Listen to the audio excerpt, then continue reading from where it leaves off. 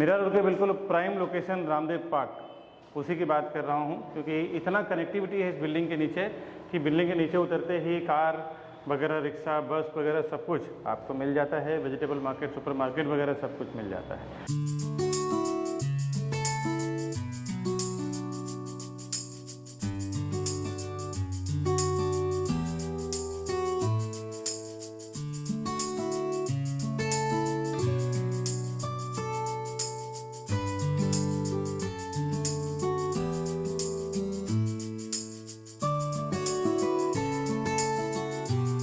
हाय दोस्तों, मैं हूं Vikas Barnwal, channel partner of builder CP and property consultant. आज जो प्रोजेक्ट की बात करूंगा, इस प्रोजेक्ट का नाम है अनंता। ये मैक्सेस मॉल बना चुके हैं। ये ऐसे डेवलपर हैं कि काफ़ी सारे बड़ी बड़ी प्रॉपर्टी इन्होंने डेवलपमेंट किया है, उनका ही ये प्रोजेक्ट है। आइए देखते हैं प्रॉपर्टी कैसा है। किसी भी प्रॉपर्टी के डील में 20 से 30%, 20 to 30% डिस्काउंट पाने के लिए और प्रॉपर्टी डील के रिलेटेड सारे टेक्निकल चीजों को समझने के लिए इस वीडियो के अंत में एक वीडियो दिया हुआ है, उस वीडियो को पूरा जरूर देखें। अभी 2 BHK देखते हैं अनंता का किस टाइप का है। यहाँ से इसका 2 BHK स्टार्ट हो रहा है और इसका जो व्यू है ना, वो कमाल का वेस्ट ओपन व्यू है। यहाँ से आपको एयर का फ्लो और सनलाइट प्रॉपर मिलता है। नीचे आपको मेन रोड मिल जाता है। ये बालकनी का कंसेप्ट दिया हुआ है, यहाँ पे आप प्लांटिंग वगैरह कर सकते हैं यहाँ पे। उसके बाद लेके चलता हूँ अंदर, किस तरह का कॉन्सेप्ट है वो दिखाता हूँ। जब आप एंटर करते हैं तो यहाँ पे राइट हैंड साइड पे आपको कॉमन बेडरूम मिलता है और लेफ्ट हैंड साइड पे किचन इसका काफ़ा कमाल का है, वो मैं दिखाता हूँ।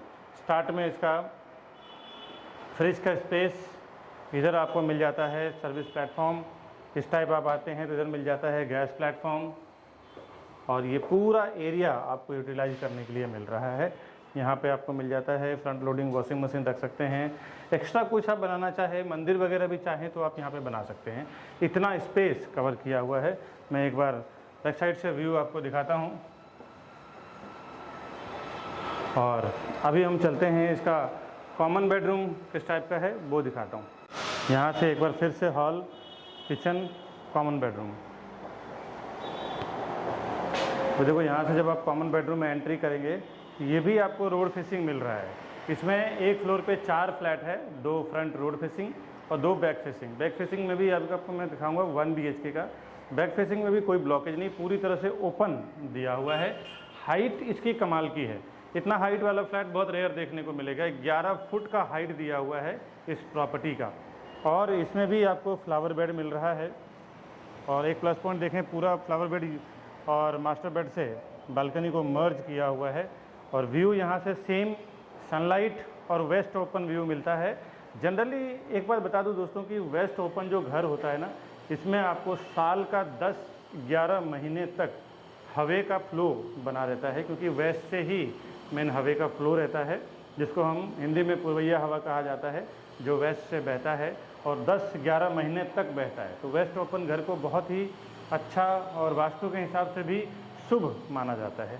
अभी चलते हैं इसका मास्टर बेडरूम, देखते हैं किस टाइप का है। पहले तो मैं कॉमन बेडरूम वॉशरूम दिखा दूं आपको। जब वहाँ से आगे बढ़ेंगे आप, इस टाइप आपको कॉमन वॉशरूम मिल जाएगा। कॉमन वॉशरूम में अभी काम ज़्यादा नहीं किया है। यहाँ पे आपको वॉश बेसिन आएगा, इधर आपको कमोड आ जाएगा और इस तरफ लास्ट में बाथ एरिया दिया हुआ है। फिटिंग अभी इन्होंने दिया नहीं है, बिकॉज फिटिंग दे देने के बाद ना लेबर लोग गंदा कर देते हैं यूज़ करके, इसलिए फिटिंग नहीं किया है। और वो आप जब रेडी होंगे तब सारे ब्रांडेड आपको इक्विपमेंट्स, फिटिंग्स दिया जाएगा प्रॉपर्टी जब परचेस करेंगे तो उसके साथ में। अभी यहाँ से इसका मास्टर बेडरूम स्टार्ट हो रहा है। अब मैं मास्टर बेडरूम का कुछ स्पेस आपको बता दूं कि 2 साइड वेंटिलेशन मिल रहा है आपको। फ्रंट इस तरफ road facing, waste open, and इस तरफ। तो ये 2 साइड जब आपको वेंटिलेशन मिलता है ना, तो इसकी खास बात ये होती है कि धूप, हवा का प्रॉपर वेंटिलेशन आपको मिलता है। उससे घर में वास्तु का जो कंसेप्ट है बिल्कुल क्लियर। जो लोग वास्तु में विश्वास करते हैं उनके लिए तो बहुत ही सुंदर अच्छा घर है ये। और हाइट इसमें भी आपको 11 फुट का सेम हाइट है पूरे फ्लोर का। और अभी मैं आपको लेके आता हूँ वॉशरूम में।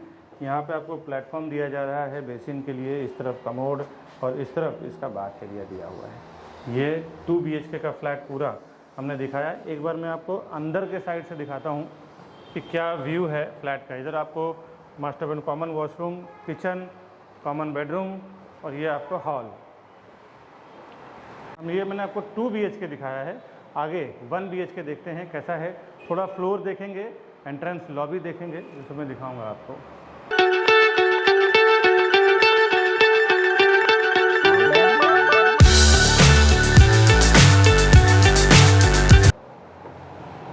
और इस तरफ आपको स्टेयरकेस मिलता है, एक स्टेयरकेस और 2 हाई स्पीड लिफ्ट आपको मिल रहा है। एलिवेटर की बात करूं अनंता का, तो बिल्कुल डबल साइज एलिवेटर दिया हुआ है। एक एलिवेटर इस तरफ है और एक एलिवेटर फ़िलहाल यहां पे वर्क चल रहा है फर्नीचर का, तो इसमें फर्नीचर में पैक किया हुआ है। तो डबल साइज एलिवेटर बहुत रेयर देखने को मिलता है। अब देखते हैं इसका 1 BHK की प्रॉपर्टी कैसा है। यहाँ से 1 BHK स्टार्ट हो रहा है। स्क्वायर में आपको लिविंग डाइनिंग मिलता है, यहाँ पे आपको बालकनी मिल रहा है और बैक साइड का भी आप देखें तो ओपन व्यू आपको दिख रहा है।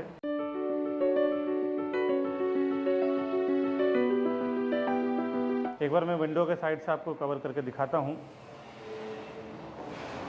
ये इसका विंडो के साइड हाइट सेम आप देख सकते हैं, 11 फुट की आपको हाइट मिल रहा है।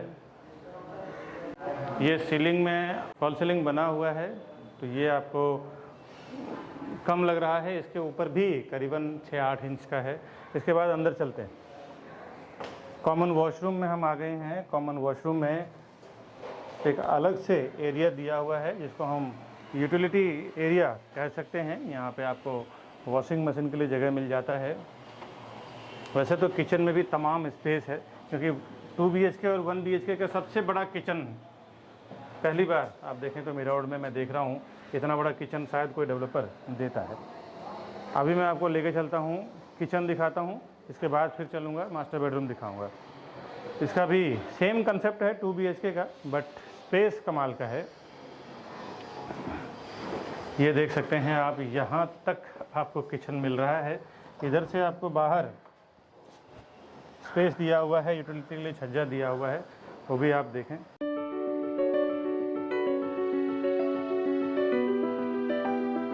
स्टार्ट में आपको फ्रिज का स्पेस दे रहे हैं ये किचन में। अभी मैं आपको लेके चलता हूँ इसका मास्टर बेडरूम में। ये हम आ गए हैं इसके मास्टर बेडरूम में। पहले मास्टर बेडरूम का सीलिंग एक आप व्यू देख लें, उसके बाद ये इसका मास्टर बेडरूम का वॉशरूम है। इस तरफ आपको बेसिन प्लेटफॉर्म, इस तरफ आपको कमोड और इस तरफ आपको बाथ एरिया मिल रहा है। यहाँ से ग्लास में आप बाथ एरिया कवर भी कर सकते हैं, अगर नहाएं तो छींटें पानी के बाहर ना जाएं। और एक बार अब मैं आपको इस तरफ से पूरे बेडरूम का व्यू दिखाता हूँ किस टाइप का है। यहाँ से व्यू तो आप देख ही चुके हैं, साथ ही साथ ये जो नीचे का स्पेस देख रहे हैं, ये एक फ्लावर बेड के लिए जगह दिया हुआ है। यहाँ पे आप प्लांटेशन कर सकते हैं, बहुत ही खूबसूरत। एल टाइप में यहाँ पे भी विंडो दिया हुआ है। ये एल टाइप का विंडो का बहुत बड़ा एक बेनिफिट ये है ना कि एयर का वेंटिलेशन आपका रुकता नहीं है। हवा आया अगर ईस्ट से तो वेस्ट में निकल जाएगा। इस टाइप का वेंटिलेशन का एल टाइप का विंडो का फ़ायदा ये होता है।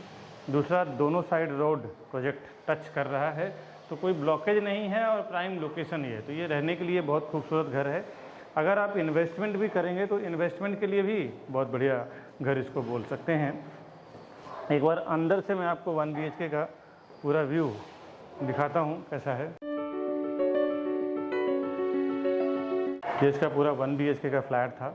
अभी डिटेल जानते हैं इसका। अभी जो मैंने प्रोजेक्ट आपको दिखाया है अनंता का, इसका मैं कुछ डिटेल आपको बता दूं कि ये स्थित है रामदेव पार्क लोकेशन में। डेवलपर इसके काफ़ी पुराने मनु भाई मेहता यहाँ के बहुत फेमस डेवलपर हैं और उन्होंने मैक्सेस मॉल बनाया है, मीरा सागर बनाया है, बालाजी गार्डन बनाया है, ऐसे कई प्रोजेक्ट इन्होंने डेवलपमेंट किया है। ये जो टावर की बात कर रहा हूँ अनंता का, ये पर्टिकुलर 27 माले का 27 स्टोरी टावर है। 14 स्लैब हो चुका है, 54% ड्यू हो चुका है इसका अमाउंट, और ground floor plus first floor plus second floor इसका कमर्शियल है। थर्ड फ्लोर से इसका रेसिडेंशियल स्टार्ट हुआ है। एक फ्लोर पे 4 फ्लैट है, 2 1 BHK, 2 2 BHK, 2 बड़े साइज के बिग साइज के एलिवेटर्स दिए हुए हैं इसमें। 2 विंग की सोसाइटी है ये, A और B, और एक स्टेयरकेस है। पार्किंग के लिए इन्होंने अलग से पूरा स्पेस बनाया हुआ है जिसमें रोबोटिक कार पार्किंग टावर रहेगा। नीचे आप कार पार्क करेंगे रोबोटिकली, आप एप्लीकेशन से या फिर से ऑपरेट करेंगे, गाड़ी जाके अपने आप पार्क होगा उसके टावर में। इसका मैं पोजीशन की बात करूं तो रेरा में इसका पोजीशन दिसंबर 2025 है, और बिल्डर आपको मई 2025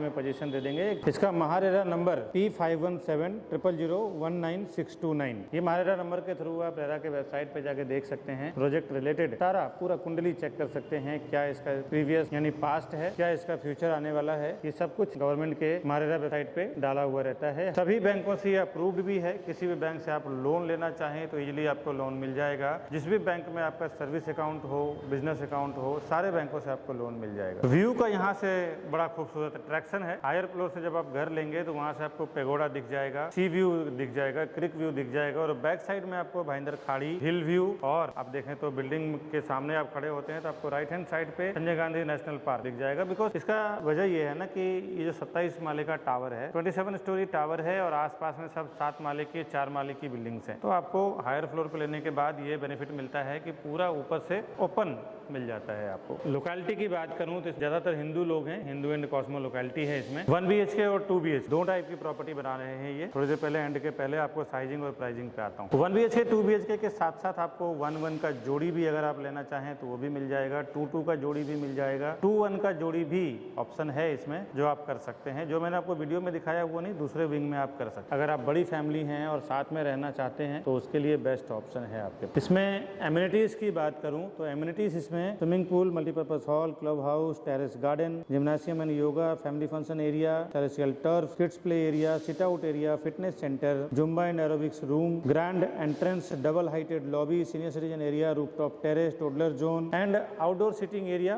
और स्क्रीनिंग भी वहाँ पे रहेगा बड़े साइज में जो टेरेस पे रहेगा। 1 BHK का मैं कारपेट एरिया की बात करूं तो 511 511 का इसका कारपेट एरिया है, जो बहुत रेयर इतना बड़ा फ्लैट आपको देखने को मिलता है। 511 स्क्वायर फुट का 1 BHK का कारपेट एरिया है, जिसकी प्राइस 73 लाख से लेके 78 लाख यानी 73 लाख से लेके 78 लाख के बीच में है। 2 BHK में इसमें 3 साइज दिया हुआ है, 681, 678 और 672 यानी कि 672, 678 और 681 3 साइज में इसका 2 BHK दिया हुआ है। जिसकी प्राइसिंग की बात करूं तो 98 लाख से लेके 1 करोड़ 6 लाख के बीच में है, यानी कि 98 लाख से 1 करोड़ 6 लाख के बीच में 2 BHK आएगा। 1 BHK 73 लाख से 78 लाख के बीच में आएगा। ये एक मैंने टेंटेटिव प्राइस आपको दिया है, एक आपको अंदाजा लग जाए कि प्राइस क्या यहाँ पे आने वाला है। एक्चुअल फाइनल प्राइस क्या होगा वो आप हमें फोन करें तो उसमें मैं और मेरे सेल्स टीम, मेरी बैक ऑफिस टीम आपको पूरी हेल्प करेगी प्रॉपर्टी परचेस करने के लिए। दोस्तों एक्स्ट्रा अगर आप कार पार्किंग लेना चाहें तो उसका 7 लाख रुपए का कॉस्ट है एक्स्ट्रा कार पार्किंग का, वो आप लेना चाहें तो भी इसमें ले सकते हैं। ये मैंने आपको अनंता का पूरा डिटेल दिया है। और ऐसे ऐसे जो इंटरेस्टेड जो प्रोजेक्ट होते हैं, नए नए प्रोजेक्ट है, अर्जेंट सेल की प्रॉपर्टी है, बैंक ऑक्शन की प्रॉपर्टी है, मैं हमेशा अपने चैनल प्रॉपर्टी प्लाजा विकास बरनवाल पे डालता रहता हूं। तो आपसे रिक्वेस्ट है हमारे इस चैनल को सब्सक्राइब कर लें, बेल आइकन प्रेस कर लें। कभी कभी हमारे पास जो ऑक्शन की प्रॉपर्टी आती है वो 30 to 40% डिस्काउंट पे आती है। अर्जेंट सेल की प्रॉपर्टी 10 to 20 लाख रुपए कभी कभी डिस्काउंट रहता है। बॉम्बे साइड भी देखें तो 50-50 लाख रुपए प्रॉपर्टी डिस्काउंट रहता है। तो वो भी मैं अपने चैनल पे डालता रहता हूं। मेरे चैनल को सब्सक्राइब करने का बेनिफिट ये होगा कि जब भी मैं ऐसे कोई फायदे वाली प्रॉपर्टी डालूं तो सबसे पहले आपको नोटिफिकेशन मिल पाएगा और आप उसको घर बैठे देख पाएंगे, उसका बेनिफिट ले पाएंगे, इन्वेस्टमेंट कर पाएंगे। हमारे चैनल को सब्सक्राइब करके रखें, घर बैठे सारे प्रोजेक्ट आप देख पाएंगे, फिर वहां से आप डिसीजन ले पाएंगे। दोस्तों बहुत सारे लोग हमारे इस वीडियो को देखने के बाद डायरेक्ट चले जाते हैं प्रॉपर्टी खरीदने के लिए। उन्हें ऐसा लगता है कि मैं प्रॉपर्टी डायरेक्ट लूंगा तो हमारा ब्रोकरेज का फीस यानी सीपी जो चैनल पार्टनर होते हैं उसका ब्रोकरेज चार्ज बच जाएगा। दोस्तों आपको एक बार बता दूं, बिल्डर के पास इतना टाइम नहीं होता कि वो वहां पे बैठ के प्रोजेक्ट को बेचे।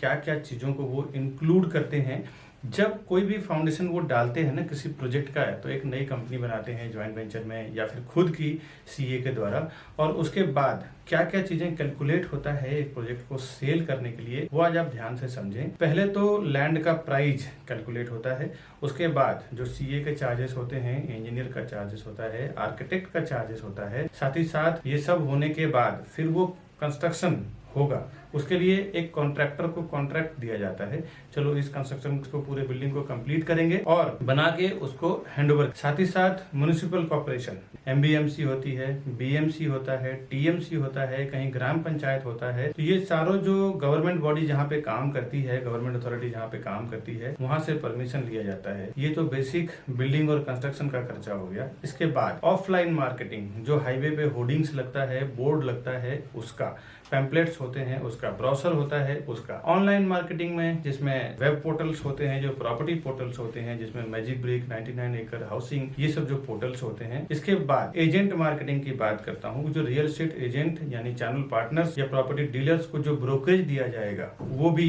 ये सारे प्राइस को इंक्लूड करके फिर डिसाइड होता है कि प्रोजेक्ट का पर स्क्वायर फुट प्राइस क्या होगा। बिल्डर पहले से ही सारे प्राइस को इंक्लूड करके फिर वो एक पर स्क्वायर फुट प्राइस बनाते हैं। इसके बाद जो वो सेल्स टीम हायर करते हैं, सेल्स टीम का भी जो 2 से 3 साल में क्या खर्च आएगा सेल्स टीम को लेके, एक 10 लोगों की या 8 लोगों की टीम होगी उस प्रोजेक्ट को बेचने में, उसका भी पूरा एक एक्सपेंस जोड़ दिया जाता है। पूरा एक्सपेंस जोड़ने के बाद पर स्क्वायर फुट प्राइस डिसाइड करते हैं, फिर वो फिर मार्केट में लॉन्च करते हैं कि ये प्राइस में बेचना है। तो फ्रेंड्स, कहाँ से आपका प्राइस बचेगा, ये आप एक कैलकुलेशन लगा सकते हैं। आप देखें कहीं कहीं पे सोल सेलिंग टीम नहीं होती और कहीं कहीं पे उनकी सेल्स टीम नहीं होती, तो किसी किसी को मैंडेट दे दिया जाता है कि भाई मैं 500 से 1000 फ्लैट का प्रोजेक्ट बना रहा हूँ, मेरा काम है बनाना और आपका काम है सेल करना। दोस्तों, उसमें ना एक अच्छा खासा पर स्क्वायर फुट पे कमाई होती है, 500,000 रुपीज पर स्क्वायर फुट पे कमाई होती है मैंडेट टीम की। एक प्राइस डिसाइड होता है कि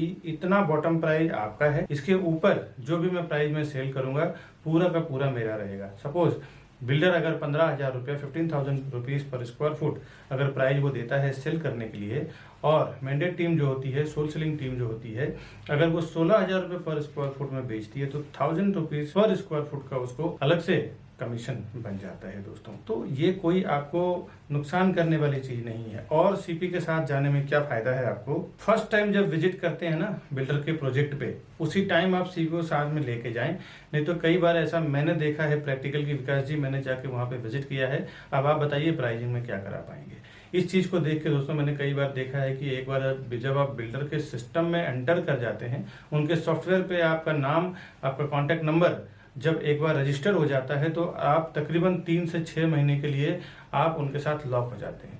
उसके बाद जब क्लाइंट हमारे पास आते हैं, बायर हमारे पास आते हैं कि हमारा प्राइस का क्या होगा, डॉक्यूमेंटेशन का क्या होगा, तो उसके बाद हम कुछ नहीं कर सकते, क्योंकि डेवलपर का ये कहना है कि ये हमारे डायरेक्ट कस्टमर है, इसमें आप इंटरफेयर ना करें। आप इंटरफेयर करेंगे तो फिर कुछ मतलब नहीं है, आपको हम कंसिडर ही नहीं करेंगे, आपको हम काउंट ही नहीं करेंगे।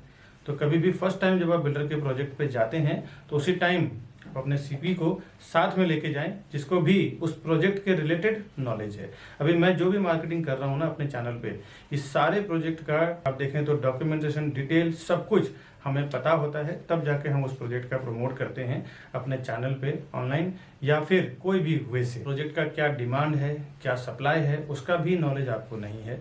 रेरा के क्या नॉर्म्स लिखे हुए हैं, कमेंसमेंट सर्टिफिकेट क्या है, कब उसका ओसी आने वाला है, क्या उसका बिल्डिंग कंप्लीशन सर्टिफिकेट रहेगा, लीगल नॉर्म्स भी आपको पता नहीं होता है। उस एरिया में जो सीपी काम कर रहा है, चैनल पार्टनर काम कर रहा है, उसको पूरा ओवरऑल इन एंड आउट उस प्रोजेक्ट रिलेटेड पता होता है। दोस्तों, कई बार हमने ऐसे बुकिंग करवाया है, देखा है कि जो डायरेक्ट कस्टमर गए हैं उन्होंने 15,700 में बुकिंग किया है, मैंने जो और मेरी टीम ने जो बुकिंग करवाया है 15,100, 200 में बुकिंग कराया है।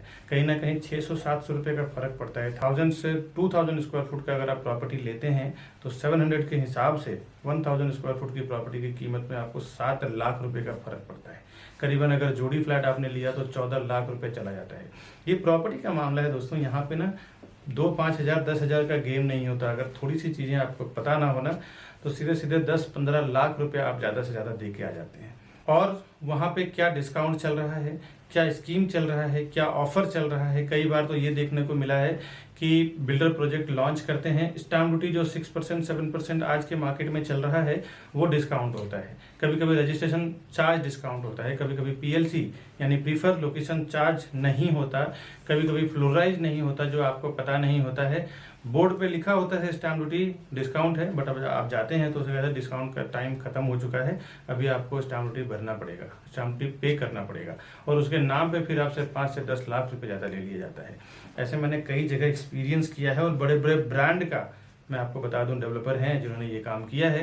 मैं ब्रांड का नाम नहीं लेना चाहता ऑनलाइन, नहीं तो मेरे ऊपर काफ़ी रिस्क हो चुकी, काफ़ी सारे केसेस भी चल रहे हैं, तो मैं ब्रांड का नाम तो नहीं लेना चाहता, लेकिन जनरल सी बात बताता हूँ, बड़े बड़े ब्रांडेड डेवलपर की बात कर रहा हूँ जिन्होंने स्टैम्प ड्यूटी डिस्काउंट बोल के कस्टमर से स्टैम्प ड्यूटी का पैसा ले लिया, फ्लोराइज ले लिया, और PLC के नाम पे 4-4 5-5 लाख रुपया ले लेते हैं ये कि भाई हम आपको फॉरेस्ट फेसिंग में देंगे तो 5 लाख रुपए एक्स्ट्रा लेंगे, हाईवे फेसिंग में देंगे तो नॉर्मल प्राइस में सेल करेंगे। जो कोई इन्वेस्टर्स होते हैं ना वो जानते हैं एक प्रोफेशनल्स की कीमत। कई बार मेरे जो इन्वेस्टर्स हैं, NRIs हैं, अब्रॉड के हैं या इंडियंस हैं, तो वो कहीं भी ऑफलाइन ऑनलाइन उनको इन्फॉर्मेशन मिलता है प्रोजेक्ट का, तो वो सामने से आके एक बार कांटेक्ट करेंगे कि विकास जी हमने ये प्रॉपर्टी देखा है, आप या फिर आपका कोई सेल्स पार्टनर हो हमारे साथ चलो, हमें वो प्रॉपर्टी परचेस करना है। क्योंकि उनको पता होता है कि एक प्रोफेशनल पर्सन जो हमेशा उस काम को लेके प्रैक्टिस कर रहा है, उसको जो नॉलेज है, उसको जो एक्सपीरियंस है, वो नॉलेज एक्सपीरियंस के साथ काम करेगा।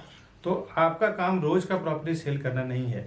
आप 10 साल 20 साल 30 साल में जो लोग प्रॉपर्टी खरीदते हैं ना वही डायरेक्ट जाते हैं, कभी CP को छोड़ देते हैं, तो कभी जो उनको रास्ता बताते हैं चैनल पार्टनर या ब्रोकर उनको छोड़ देते हैं और डायरेक्ट चले जाते हैं कि मेरा ब्रोकरेज बच जाएगा। दोस्तों जो हर 2 साल 3 साल में पैसे इन्वेस्टमेंट करते हैं, प्रॉपर्टी में ट्रेडिंग करते हैं, उनका पर्सनली एक CP या ब्रोकर या प्रॉपर्टी डीलर होता है जिसको वो हर प्रोजेक्ट पे लेके जाते हैं, वहाँ पे जाके वेरीफाई करवाते हैं, एक प्रॉपर डॉक्यूमेंटेशन चेक करवाते हैं, उनको सामने से ब्रोकरेज भी देते हैं, क्योंकि उन्हें पता है कि एक प्रोफेशनल पर्सन जो है वो अपने प्रोफेशन में एक्सपर्ट है, उसको साथ में देना बहुत जरूरी है। ये नए लोग जो 10-20 साल 30 साल में जीवन में 1-2 बार प्रॉपर्टी खरीदते हैं ना, वही इस टाइप का काम करते हैं कि मैं प्रोजेक्ट पे जाऊं और हमारा ब्रोकरेज बच जाएगा, उसको क्रॉस कर दूं। ये सब कभी ना करें, बहुत सारे नुकसान से आप बच जाएंगे, आपको बहुत बेनिफिट होगा CP के साथ जाने में। आप ज़्यादा से ज़्यादा 1, 2 या 3 प्रॉपर्टी खरीदते हैं, हम लोग बिल्डर के साथ बल्क में साइन करते हैं, हम लोग 100-200 प्रॉपर्टी बेचेंगे। आप बिल्डर को 2 या 3 करोड़ 5 करोड़ का ट्रांजेक्शन कराएंगे, हम लोग 100-100 200 करोड़ 300 करोड़ दिलवाते हैं। आप एक जनरल सी बात सोचो दोस्तों, बिजनेस माइंडेड लोग, जो ज़्यादा पैसा देता है ना उसका ज़्यादा वैल्यू होता है। अगर हम 200 करोड़ 300 करोड़ बिल्डर को देने का कमिटमेंट कर रहे हैं, आप 1-2 करोड़ का अगर देने का कमिटमेंट कर रहे हैं, तो आप वो हमें ज़्यादा एंटरटेन करेगा या आपको ज़्यादा एंटरटेन करेगा, ये आप समझने की कोशिश करें। हम जाते हैं प्राइजिंग में सीधे जो वो प्राइस बोलते हैं उसमें 1000 रुपीज़ 500 रुपये पर स्क्वायर फुट डाउन कर देते हैं कि भाई हम आपको इतना माल बेच के देंगे, इतना प्रॉपर्टी बेच के देंगे, इतना हम टर्नओवर करवाएंगे आपका। बिल्डर भी समझता है कि हाँ ये करवा सकता है, इनके पास इतनी कैपेसिटी है, मार्केटिंग है। वो जो बेनिफिट होता है ना हमें बल्क में बेचने के लिए, वो हम अपने कस्टमर्स को ले जाके देते हैं। दोस्तों एक बात बता दूं, कोई भी डेवलपर, कोई भी बिल्डर हमें कुछ फ्री में नहीं देने वाला है। हम पूरा का पूरा टीम जो हमारी काम करती है वो कस्टमर के फेवर में काम करती है। कस्टमर को भी प्राइस कम करवा के देंगे, सर्विस भी देंगे, डॉक्यूमेंटेशन भी चेक करेंगे, साथ ही साथ डेवलपर से जो हमें फीस मिलता है as a brokerage, as a CP channel partner का फीस मिलता है वो अलग। तो ये दोनों लेवल पे आपको बेनिफिट हो जाता है। एक आपके साथ एक सर्विस देने वाला पर्सन होता है, दूसरा आप देखें तो डेवलपर को भी एक मोटा पैसा हमारी ओर से 1 पर्सन उसको दिला देते हैं। वो अगर प्रोजेक्ट बेचने में 1 साल लगेगा, तो अगर हमारे जैसे पावरफुल एजेंट्स जो होते हैं जो 100-200-300 प्रॉपर्टी बेचते हैं, जनरली उनको 6 महीने में पूरा प्रॉपर्टी बेच के दे देते हैं, पूरी बिल्डिंग बेच के दे देते हैं। इसके लिए वो हमें ज़्यादा एंटरटेन करेंगे, हमारे से प्राइसिंग पे ज़्यादा नेगोशिएशन करते हैं। आपसे तो बेहतर ही रहेगा, 2-3 प्रॉपर्टी आप खरीदेंगे, हम लोग 100-200-300 प्रॉपर्टी सेल करेंगे। इसीलिए हम लोग हमेशा कस्टमर के फेवर में ही काम करते हैं, ताकि कस्टमर अगर प्रॉपर्टी लेगा तो ही हम लोग फिर ब्रोकरेज बिल्डर हमें देगा, या तो हम as a channel partner work करें, एज ए प्रॉपर्टी डीलर या फिर प्रॉपर्टी कंसल्टेंट आप हैं तो हम हैं। कस्टमर के लिए ही हम लोग ज़्यादातर काम करते हैं, क्योंकि कस्टमर अगर प्रॉपर्टी का पैसा देगा तो ही ब्रोकरेज हमें मिलेगा, ब्रोकरेज फीस हमें मिलेगा। तो हमारा कमिटमेंट हमेशा ये रहता है कि बिल्डर को तो करना ही है, साथ ही साथ कस्टमर को ज़्यादा से ज़्यादा बेनिफिट कैसे मिल जाए, उससे हमें कई फायदे होते हैं। एक, फ्यूचर रेफरेंस हमारे लिए बढ़ जाता है, वो अपने रिलेटिव दोस्त को जाके बोलते हैं कि आप प्रॉपर्टी प्लाजा और विकास बरनवाल जी के साथ में काम करो या फिर उनके टीम के साथ में काम करो, आपको बेनिफिट होगा। Demand and supply, in future अगर आप एनआरआईज हैं या फिर आप केयर टेकिंग नहीं कर सकते हैं तो उसमें भी हमारी पूरी टीम होती है जो प्रॉपर्टी का केयर टेकिंग करना, बाद में रेंट आउट करना या फिर रीसेल करना हो जब उसका प्राइस एक लेवल पे हाइप हो जाता है तो, या फिर नए प्रॉपर्टी में इन्वेस्टमेंट करना, उसके लिए कुछ एडवाइजिंग हो गया या नया कोई अर्जेंट सेल प्रॉपर्टी आई तो वो एक नोटिफिकेशन देना, ये पूरी हमारी रिस्पॉन्सिबिलिटी होती है। हमारे कस्टमर को ज़्यादा से ज़्यादा बेनिफिट कैसे दिलाएं ताकि वो फ्यूचर में हमारे लिए रेफर करे अपने रिलेटिव को, अपने दोस्त को, अपने आसपास में रहने वाले लोगों को। दोस्तों, सीपी के पास कई ऑप्शंस होते हैं, आपको पता नहीं होता कि एक लोकेशन में क्या क्या कौन सा प्रोजेक्ट चल रहा है, लेकिन बट एक चैनल पार्टनर के साथ काम करने में आपको प्रॉफिट क्या होता है, बेनिफिट क्या होता है, उसके पास कई ऑप्शंस होते हैं जो उसी प्रोजेक्ट से मिलता जुलता है। उसमें भी आपको हेल्प मिल जाता है कि क्या क्या कहाँ पे सर्वे करना है। दोस्तों, आज के वीडियो में बस इतना ही, मिलूंगा नेक्स्ट वीडियो में नए प्रोजेक्ट के इन्फॉर्मेशन के साथ। तब तक के लिए हमें दीजिए इजाज़त। नमस्कार दोस्तों।